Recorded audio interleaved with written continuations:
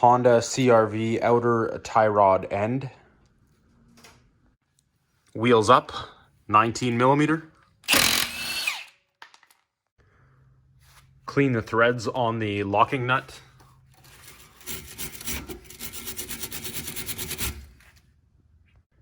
Using a paint pen or a marker, mark exactly where that locking nut is sitting.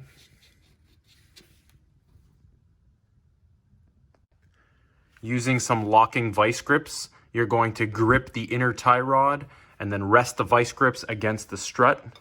That way it gives you some leverage so that when you're using your 24 millimeter or an open-ended wrench to crack this locking nut, it's not going to twist or turn on you.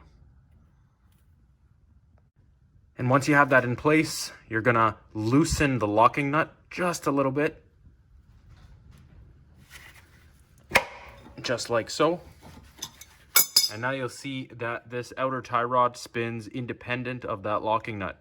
And that's all you have to do. At the bottom of the tie rod, you will have a cotter pin. Likely you won't be able to get it out, so just keep on twisting until it eventually cracks in your hand, just like that. Using a 19 millimeter deep socket, you're going to remove that nut. Using a hammer, you're going to hit the knuckle, not the actual tie rod, but the knuckle until it pops.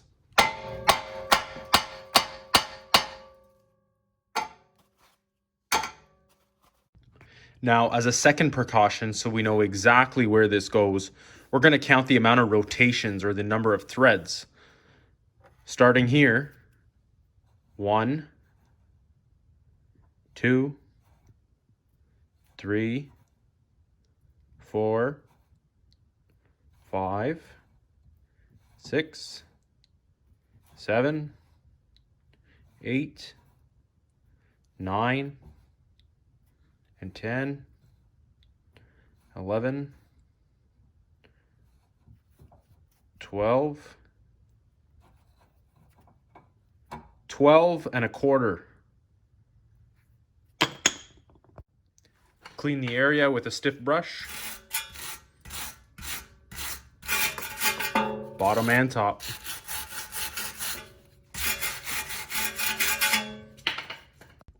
So we've got ourselves a new outer tie rod end. It is one that is greasable and it comes with a fitting that is not installed. So we will have to install it. Carefully place it in. Try and hand thread it as much as you can. Once it's in, you're going to use an 8 millimeter and you're going to thread it until it's snug.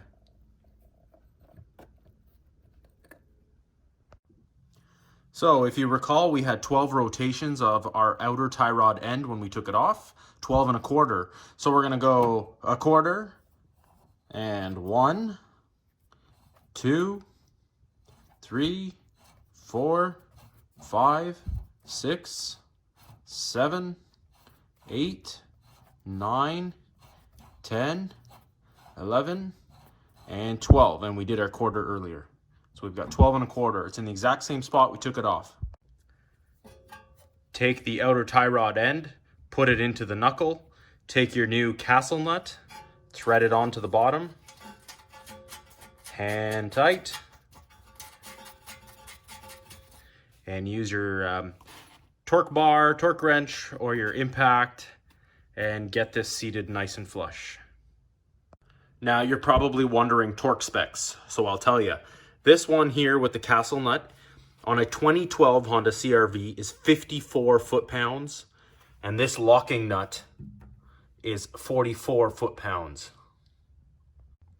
Once you've got that torque down, you're going to put in a brand new cotter pin, thread it through the back end, bend the tabs, and cut off the excess. These greasable outer tie rod ends don't come pre-greased, so you will have to grease it with a grease gun. You don't want to put in too much, but you just want to fill up the boot.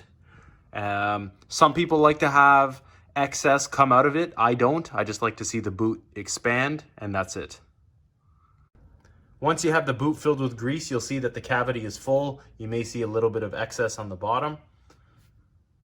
The last step is using a 24 mil or an open-ended wrench to tighten this locking nut against the outer tie rod end. And finally, you're going to confirm that it's in the exact same spot by looking at the mark that you put earlier. If that's all good, then you're done the job.